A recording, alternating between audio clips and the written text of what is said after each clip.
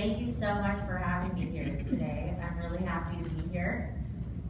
So my plan today is to share my personal story and to also kind of draw in the fact that it is Disability Awareness Month this month, and to talk about some things regarding etiquette towards people with disabilities and a little bit of history about the Americans with Disabilities Act. And then also part of my presentation has to do with you as individuals. My hope is that you leave this presentation with a greater sense of your destiny and calling and your abilities.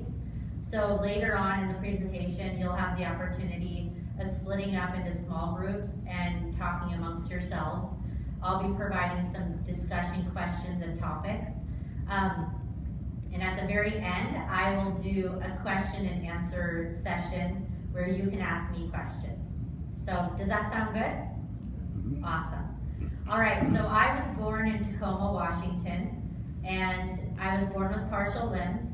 I tell people all the time that my life is basically a series of miracles that have gotten me to this day. I feel like every day is a miracle for me. There's always something big that needs to happen every single day in my life, whether it's taking an airplane somewhere or getting from Wenatchee to what is the city I'm in again?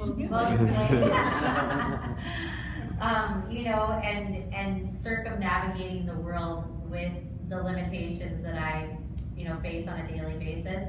I'm always waiting on a financial miracle and a generosity miracle and all those things. And life is good that way because miracles really do happen every day.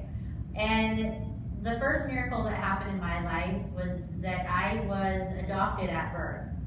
My biological family was not able to care for me, and I was adopted by an amazing set of parents. My parents had adopted my older brother Jeff first due to their own infertility struggles, and my brother Jeff was born with Down syndrome. And this was before regular routine intrauterine testing, so they did not know he was going to be born with Down syndrome. And when he was born, the doctor said, you could try for another adoption. You don't have to take this baby home. He has special needs. And my parents were like, no, we're taking him home. He's our baby, and this is, we don't care if he has special needs. So that parenting Jeff really opened their heart to a calling of adopting children with special needs. So when they moved to Chehalis, Washington, they actually requested with the adoption agency that they would be on the list and be the first ones called if there was a hard-to-place baby. And so when I was born, they were the first parents that were called, and they immediately said yes to adopting me. And my mom always tells me how excited she was when they told her about me. And she said she was so excited that she couldn't really remember if I was a boy or a girl, but that she was just so excited to be getting another baby. And I feel like that energy of excitement has been in my life all throughout my life, that I've had the really amazing privilege of so many times being received by people, and they're excited that I'm there, and they're excited to know me or host me or have me be part of their world. And I'm really thankful for that. I feel like that's a really huge blessing and an honor to have that energy over my life. So my parents didn't stop there. I would say I'm their good luck charm because they had tried for over a decade to have children biologically, and when they adopted me, they had my younger brother Andrew and my younger sister Rebecca. And then we adopted my brother Paul when I was 6 years old, and he also has Down syndrome. One of the most precious people you will ever meet in your life. He loves unconditionally and has a heart of gold. And then it was us five for a very long time. And when I was 13 years old, we adopted a sibling set of three, two sisters and a brother. And they have a rare genetic condition that manifests a lot like cerebral palsy. And they also are American Indian and Hispanic. So my family was not only diverse in different abilities, but also in ethnicities. So I grew up in a home life where differences were just everyday life. And I grew up learning that you accept people however they come into your life unconditionally, and to have an open mind about the world around you. And I'm really thankful for that. Another thing that my parents did very well is they intentionally adopted children with special needs. So they parented us intentionally also.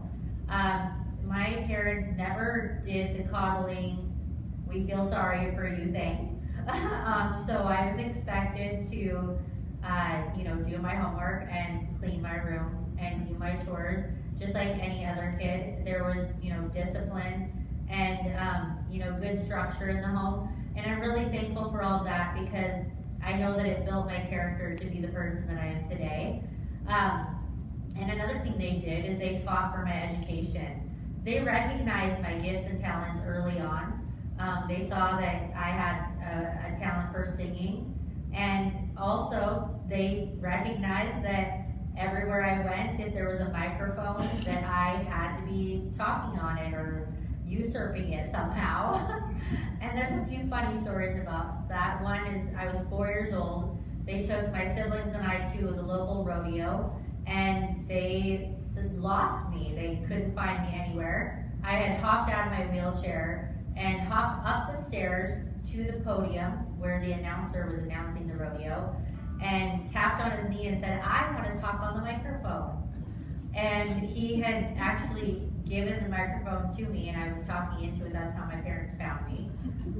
And one of the things that stuck out to them, my dad especially, is that I didn't sound like a 4-year-old. I sounded like a grown-up announcing the rodeo. And he leaned over to my mom, and he's like, "She has a future in public speaking." And he always shared that story with me growing up. And I made a decision when I was in 2nd grade that I was going to be a motivational speaker when I grew up, and that I was going to be a star, and that I was going to sing, and all of those things.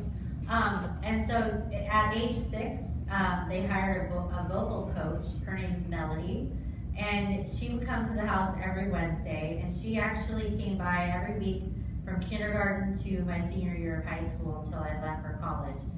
And she taught me how to sing. She taught me how to tell stories. She taught me public speaking, and she also taught me how to read and write music. And so she was a huge influence in my upbringing. And one of the challenges that my parents faced with me in the education system was I went off to public school prior to the Americans with Disabilities Act. So they told my parents that they were not going to educate me at that particular school, and they were sending children with special needs to a different school that was a rundown building that was understaffed and had no curriculum.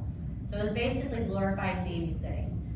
And my parents were like, "No way, Jennifer's intelligent, she needs to be getting an education with her peers at her grade level." And because of the Rehabilitation Act of 1973, which was kind of the precursor to the Americans with Disabilities Act, there was a little clause in the Rehabilitation Act that said if a school was receiving government funding, then they were required to provide education for children with special needs.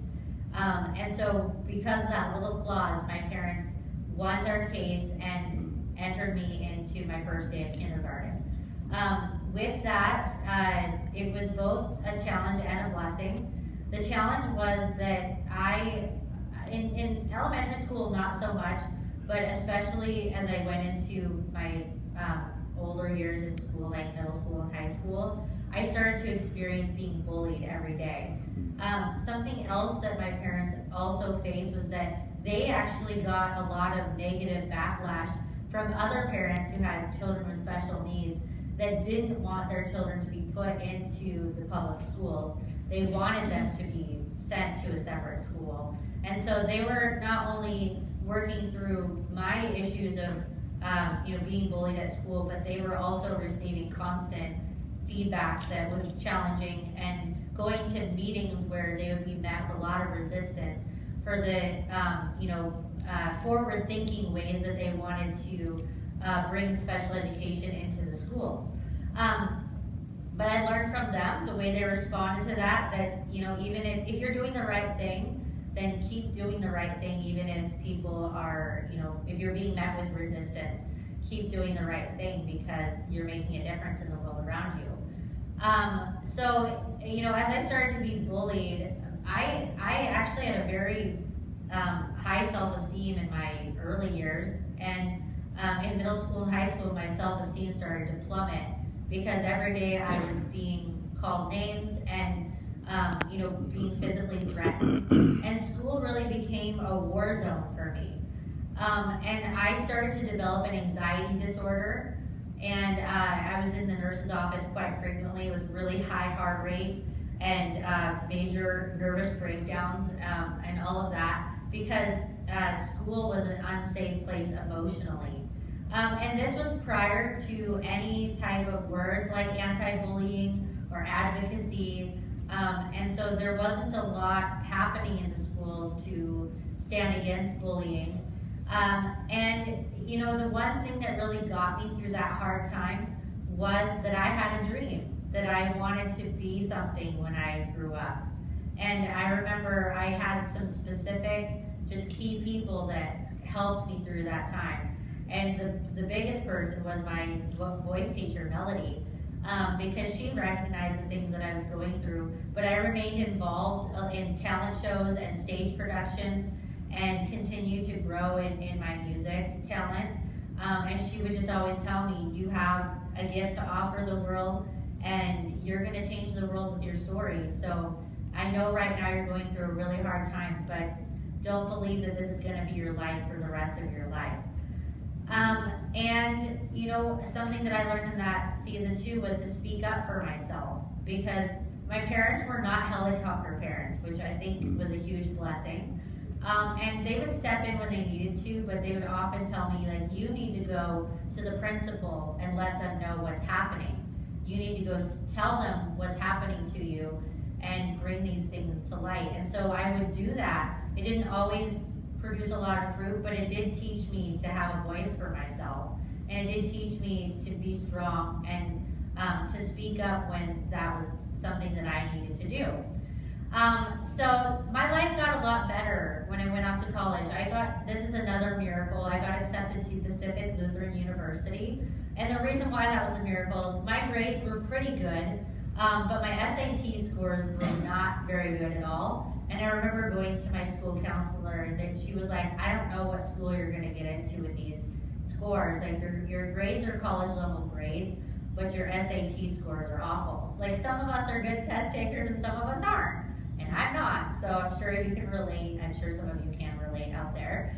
And I auditioned for the Pacific Lutheran University's music program, and that was what got me into college. I got a full ride scholarship for their music program at PLU, and I got accepted to that school, and that ended up being a huge blessing in my life. Because my life completely changed when I went off to college. I was no longer being bullied. I was now in a very accepting group of friends. The music program there welcomed me with open arms, and they recognized my gift and looked over my disability, which was amazing. And I got involved with campus activities and some of the spiritual activities that were happening on campus, and really just started to have these amazing positive experiences where I was being built up with words instead of torn down with words. And I just remember being like, wow, I didn't know my life would be this good. And just pieces of my soul started coming back. My anxiety started to dissipate, and I started to feel whole and strong. And I started to really recognize that I had a great future ahead of me. And so after college, I continued to get an education. I got certified in radio broadcasting, and I got a master's degree in counseling with an emphasis in personality studies. And through the time that I was getting a master's degree, I did go through another really challenging time in my life. I went from the PLU environment where I knew everybody and I felt really safe. I moved downtown Tacoma, which was about a 10-mile move, and I moved into a house which had 5 to 7 other women living in it at any given time. It was community housing, and the rent was really cheap, which was helping me through school, but there was a lot of negative dynamics between the personalities. I don't know if any of you have ever lived with more than one woman, but it can get cray-cray. And I can laugh about it now, but at the time, with the stress of school and my home life and a lot of just growth, I feel like it was a lot of growing pains too, of becoming an adult and really leaving a place of comfort. My health crashed. And I actually went to the hospital with a code orange, which is like right below code red, where my heart rate was in atrial fibrillation. And my blood sugar was high, my blood pressure was high, and I had a severe blood infection. So basically I was like hanging on by a thin thread. And sadly too, I went to the hospital with a couple friends, but after all that happened and I had to go to all these doctor's appointments, I was doing all that completely by myself. And I've never felt so lonely and so invisible in my life. And then on top of that, after all that health crash and everything, I experienced a huge fallout with my household, and they basically were like, we don't want you to live here anymore, which I know sounds really heartless, but it's all said and done now. It's all in the past. But I had to find my own apartment, and at the time that felt like the worst thing that I needed to do, but it actually ended up being another miracle, because I had the opportunity to then start building myself up and healing from a lot of things that had happened. And I found a 1-bedroom apartment, and it was really an amazing community. In fact, the guy sitting in the front row actually was one of my neighbors. And it was just a very accepting community, a great building. And another miracle that was happening at that time is I was making $900 a month, and my rent was $900 a month. And so every month I would have to get really creative. That was when I started selling my artwork, which I have with me today. I've been an artist my whole life, but I started selling my art, and I would just barely make enough to cover rent and food and a little teeny extra. And every month, my finances would come through, and it was always a miracle. It'd be like the day before rent, I would sell an art piece, and then I'd be able to pay my rent. And I just really learned in that season how to live by faith and how to step out and take huge leaps of faith in my life. And again, pieces of my soul started coming back, and I started to gain a great strength in my life to see my future again as something bright and beautiful. And in 2011, I started my motivational speaking business after I graduated with my master's degree in counseling. And that was when my life started to really take off. That was when I started my anti-bullying campaign, and I just started promoting it in the local schools in Tacoma where I lived. I built that business for 2 years, and I got connected with Miss Wheelchair Washington in about 2010, so right before I started my speaking business. And I had been getting acquainted with the title holders and the program. And in 2013, I remember I woke up, it was New Year's Day, and I woke up and I just heard this little voice saying, "This is your year, run for Miss Wheelchair Washington." Miss Wheelchair Washington is a pageant for women who use wheelchairs. And when I rolled into that pageant, I brought my anti-bullying campaign with me as my platform. And it was one of the most magical days of my life.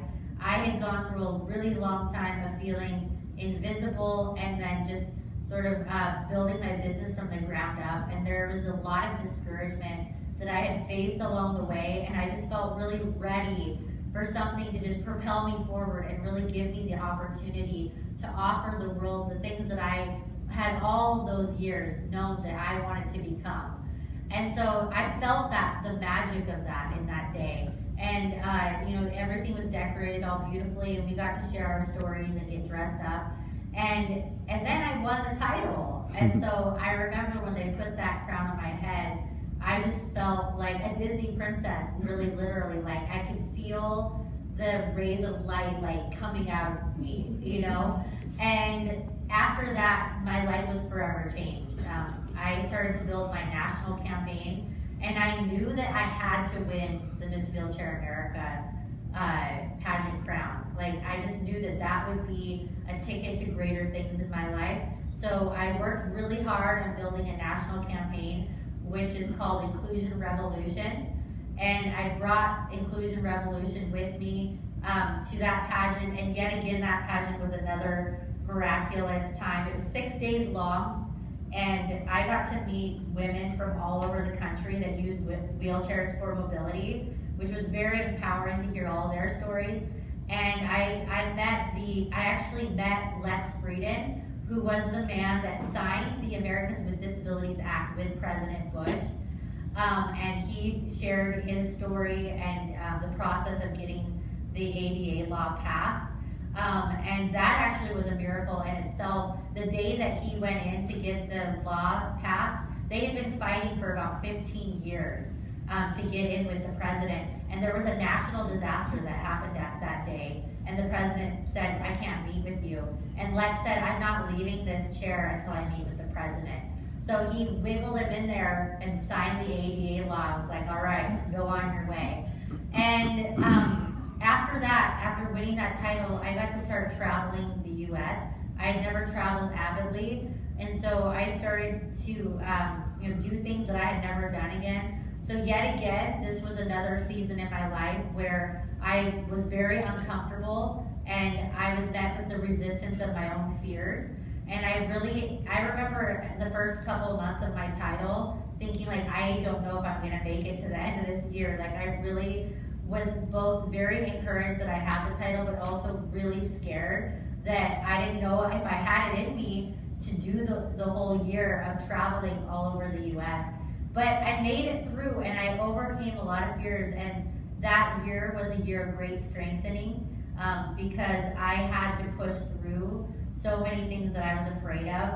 And one of the things that I got to do, I was sponsored to go to all these adaptive sports events. And I had never done any adaptive sports prior to this.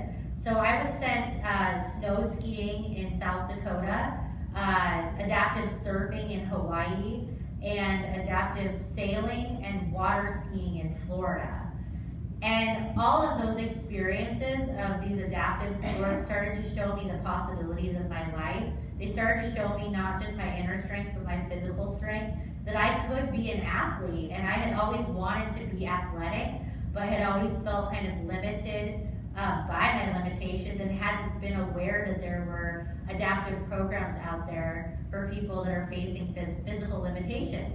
And I also traveled all over the U.S. sharing my platform, speaking in schools and conferences, and really just started to build a name for my business and my story.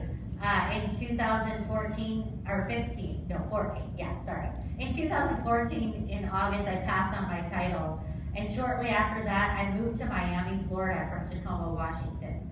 I had been out in Florida for the pageant and just fell in love with that area and knew that I needed a big change in my life to accomplish the things that I wanted to. So I've been living there for 8 months now and building my career, and now I have a nonprofit organization called Making Dreams Come True, and this organization was inspired by my own experiences with adaptive sports, and the mission behind Making Dreams Come True is to provide resources for people who are facing physical limitations to get to these adaptive sports events, and also to spread awareness that these programs are available.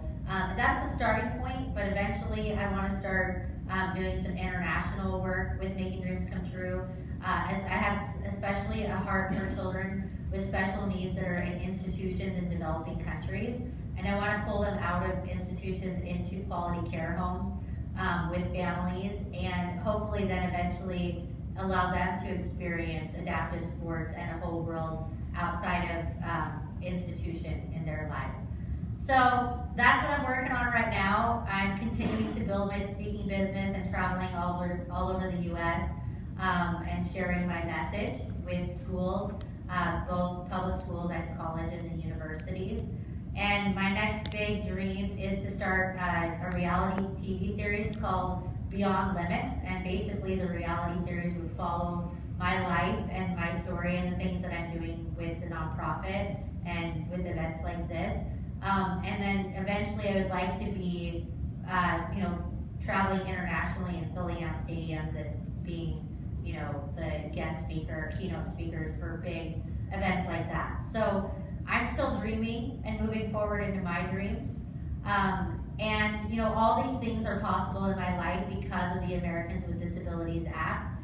I would not be able to travel the way that I travel if there were not equal opportunities for me to get on an airplane, to get on a train because they have a ramp, to get on city buses, to take wheelchair accessible taxis, and even to get creative, to get out here to Moses Lake. I took a cabulance service, but you know what? It's available and it got me here. And I'm thankful that I'm able to travel independently and build my business and build my life and receive an education, and all the things that I've been able to do have happened because other people have fought for my equality so that I have the same opportunity as someone that is able-bodied to pursue my happiness and to pursue my dreams.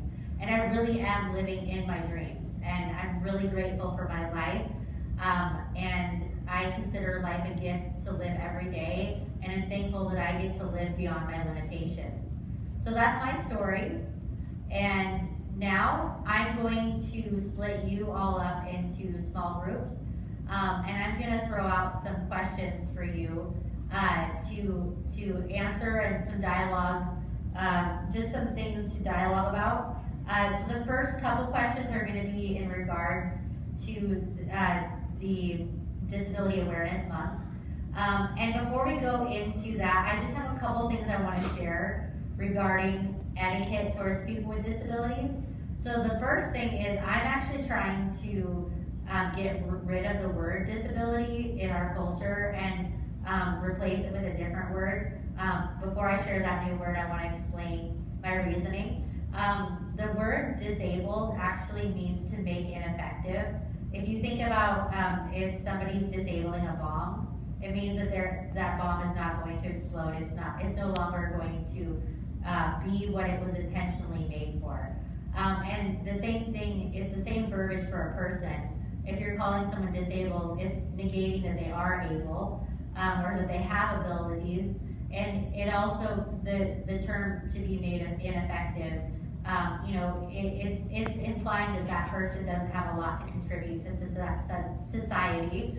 And even the prefix dis, if you think about the way that that's used in other words, like disrespect or disregard, if you say that person totally dissed me, it means that they, said talk to the hand or whatever. And it's kind of a similar feel with the word disabled. So I would rather use the word extra able. And the reasoning behind that is, first of all, when somebody is facing a limitation, whether it's mental or physical, you have to dig deep inside yourself to find a new strength to overcome your limitations.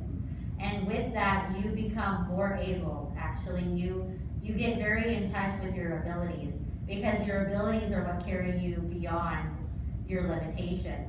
And so people that are facing those kind of challenges are oftentimes very, very able and very capable. So I think extra able is a very empowering word. And I think if more people start using that, it will become the new word. Another word that was used prior to the word disability was handicap. Most places are no longer using that, except now there's still signs that say handicap parking or handicap bathroom, which is actually grammatically incorrect because it implies that the parking spot or the bathroom is handicapped. So even that is, there's a movement happening right now to get those signs changed to like van accessible or wheelchair accessible, just implying the function for it instead of the word handicap, because the word handicap comes from when, prior to equality for people with disabilities, oftentimes people would have to beg for their living, and they would take the cap off their head and hold it out, and people would put money in it. And that's where the term handicap came from. So both of those words, disabled and handicapped, I think should be taken out of our legislators and all of our terminology, and the word extra able should start being used. So I would request that you would start using that word now in regards to people with disabilities, or when you use instead of the word disabilities. And people are going to say, oh, what does that mean? And then you can share with them what I just shared with you. And so what I would love for you to do when you leave here today is go on Twitter and Facebook and Instagram and put hashtag extra able on there and talk about what you learned today in this presentation about disability awareness. And that would be great. It's a great way to start the trend. I actually really like it when parents have their children ask me questions, and a lot of parents will just kind of shut their kid down and say, shh, stop staring and don't say anything. And that actually makes it more awkward for everyone, because then, the parents all weirded out, and then the kid's like, oh my gosh, where do I look? What do I do? And I'm like, calm down, and so I don't mind if they're like, hey, my son or daughter had a question for you. Like, sure, and I think that shows kids that it's okay to approach somebody who maybe you feel a little uncomfortable with because you're not used to maybe the way that they look or that they're in a wheelchair, and to ask questions, because that's how we overcome our uncomfortabilities, is by asking questions and being exposed to something new. And then that thing isn't new anymore. It's like, oh, I've been there and I've seen that and I know what that is and I know what it's about. So I think asking questions is very good. And then even when you go home, doing some dialogue, like, what did you think when you met that person? And just saying things like what we talked about today, like they're equal to everyone too, and they have dreams and they have a story, and what do you think they might do with their future? Just asking questions like that so they start thinking about people in terms of equality and all that. So, any other questions? Do you have pictures of your family, like your parents, that you bring that we can see pictures of your family? Oh, I don't have any pictures of my family that I can show you right now. But if you add me on Facebook, I have pictures of them on my Facebook. So I'm under Facebook as Jennifer Lynn Adams. If you type Jennifer Lynn Adams, I'll probably come up first. I'm also friends with Jeremy in the front row, so you can find me through the stage. And just to let you know, I have a greeting table up here. I'm selling my books and my art today. So my book is called Discover Your Identity. And it basically has my story, but then each chapter covers a different topic of personal identity. And at the end of every chapter, there's questions for you to ask, kind of like in these groups, where you develop your own sense of identity and your future through the questions. And there's little spaces for you to write things down. And so it's a book for internal processing for sure. And then I also have art cards, so they have my original paintings and original quotes, inspirational quotes that are drawn from these presentations. So if you'd like to come meet me and buy anything afterwards, please come up. And then I also have business cards, so if you'd like to look at my website or add me on Facebook, you can get some of my cards. Any other questions? Okay, well, I actually have a video to show you of me adaptive surfing. So this is, I'm surfing in La Jolla, California in this video. And these are the kinds of events that I want to get people to that have limitations that they're facing in life, because it just changes you. The energy is so positive, and every time I go out on the water, I overcome more fear. And it just opens your mind up to new possibilities. So also, if you'd like to support my nonprofit, if you get one of my business cards, I have a website where you can go donate and all of that. So you guys have been a great audience. Thank you so much for your time today, and I'll be right up here to greet you guys.